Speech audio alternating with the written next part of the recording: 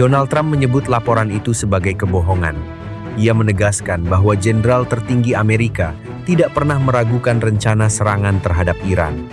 Bahkan, ia menyatakan bahwa jika perintah benar-benar diberikan, perang itu dapat dimenangkan dengan mudah. Namun, laporan internal justru mengisyaratkan hal yang berbeda. Stok amunisi pertahanan mulai menipis, dukungan sekutu regional belum tentu solid, dan kampanye militer terhadap Iran berpotensi berubah menjadi konflik yang jauh lebih besar dari skenario awal. Jika benar terdapat kekhawatiran di dalam Pentagon, maka ini bukan sekadar ancaman terhadap Teheran. Ini adalah pertarungan antara ambisi politik dan realitas medan perang. Pertanyaannya kini, apakah Trump benar-benar siap menghadapi perang panjang, atau justru sedang mempertaruhkan sesuatu yang bahkan militernya sendiri belum sepenuhnya yakini? Ketegangan ini bermula dari laporan media Amerika yang menyebut bahwa Ketua Kepala Staf Gabungan, Dan Kane, telah memperingatkan Presiden tentang risiko nyata jika Washington memutuskan menyerang Iran.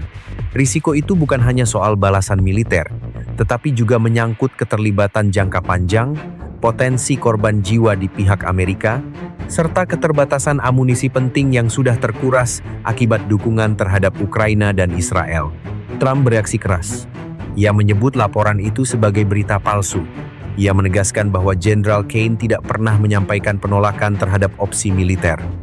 Menurut Trump, jika perintah dikeluarkan, militer Amerika tahu bagaimana cara menang. Pesannya sederhana dan tegas, tidak ada keraguan di dalam timnya. Namun justru disinilah letak persoalannya.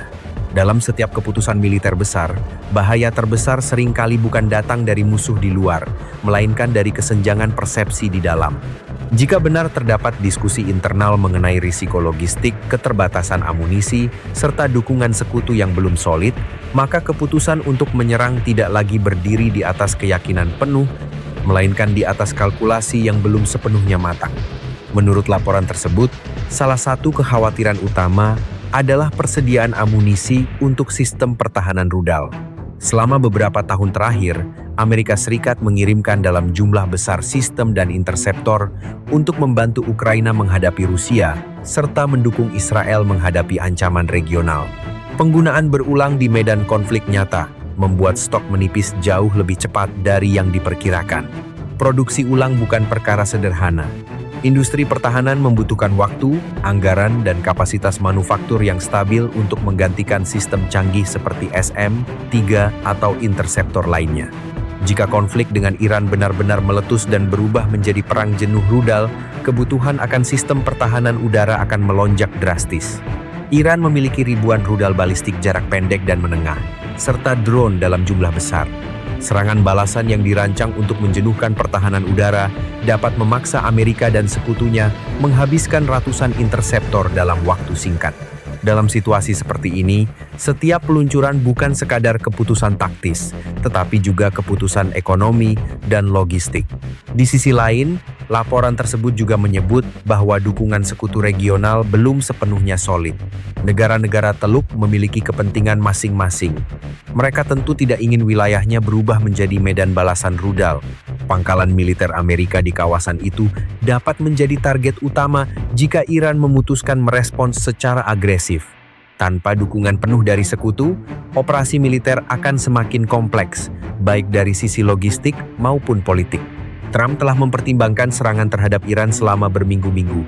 Pengerahan besar-besaran pasukan ke Timur Tengah termasuk 2 kapal induk dan pesawat tempur tambahan menunjukkan bahwa opsi militer benar-benar berada di atas meja.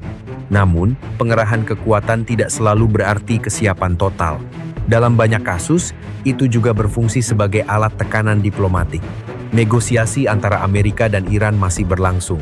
Putaran pembicaraan baru direncanakan di Jenewa dengan utusan khusus yang akan kembali bertemu dengan Menteri Luar Negeri Iran. Iran menyatakan masih ada peluang bagi solusi diplomatik, meskipun menolak tuntutan maksimalis yang mencakup penghentian total pengayaan, pembatasan rudal balistik, serta penghentian dukungan terhadap kelompok proksi.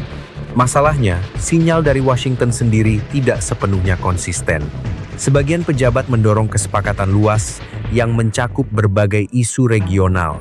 Yang lain mengisyaratkan bahwa kesepakatan nuklir yang lebih sempit mungkin sudah cukup. Ketidaksinkronan ini memperumit posisi negosiasi dan memberi ruang bagi Iran untuk membaca adanya perbedaan tekanan di dalam pemerintahan Amerika. Dalam konteks inilah, posisi Jenderal Kane menjadi sorotan.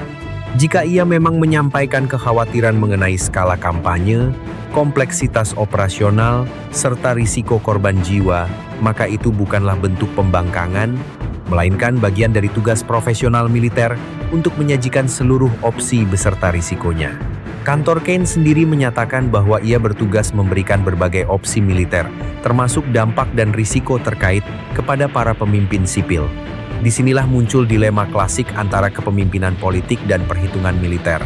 Presiden memiliki kewenangan untuk memerintahkan serangan. Militer bertugas melaksanakan. Namun sebelum perintah diberikan, analisis risiko dan kesiapan menjadi sangat krusial. Jika keputusan diambil dengan mengabaikan peringatan logistik dan risiko jangka panjang, maka potensi salah perhitungan akan meningkat tajam. Iran, di sisi lain, tidak tinggal diam. Mereka telah menyatakan bahwa serangan tanpa provokasi akan dibalas. Selain kemampuan rudal, Iran memiliki jaringan proksi di berbagai negara Timur Tengah. Serangan terhadap pangkalan Amerika atau sekutu dapat dilakukan secara langsung maupun tidak langsung. Selain itu, Selat Hormuz tetap menjadi titik paling rawan.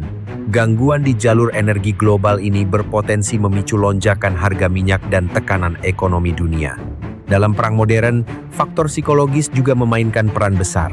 Jika Iran mampu menunjukkan bahwa mereka sanggup membalas secara efektif, meski dalam skala terbatas, dampaknya terhadap opini publik Amerika bisa sangat signifikan. Korban jiwa di pihak Amerika akan mengubah dinamika politik domestik secara drastis. Trump tentu menyadari bahwa perang panjang dengan korban besar bukanlah skenario yang menguntungkan secara politik. Namun, menarik kembali ancaman setelah pengerahan kekuatan besar juga membawa risiko tersendiri. Kredibilitas menjadi taruhannya. Jika ultimatum diberikan tetapi tidak ditegakkan, pesan yang sampai kepada lawan dan sekutu bisa menjadi ambigu. Dalam geopolitik, persepsi seringkali sama pentingnya dengan kekuatan nyata.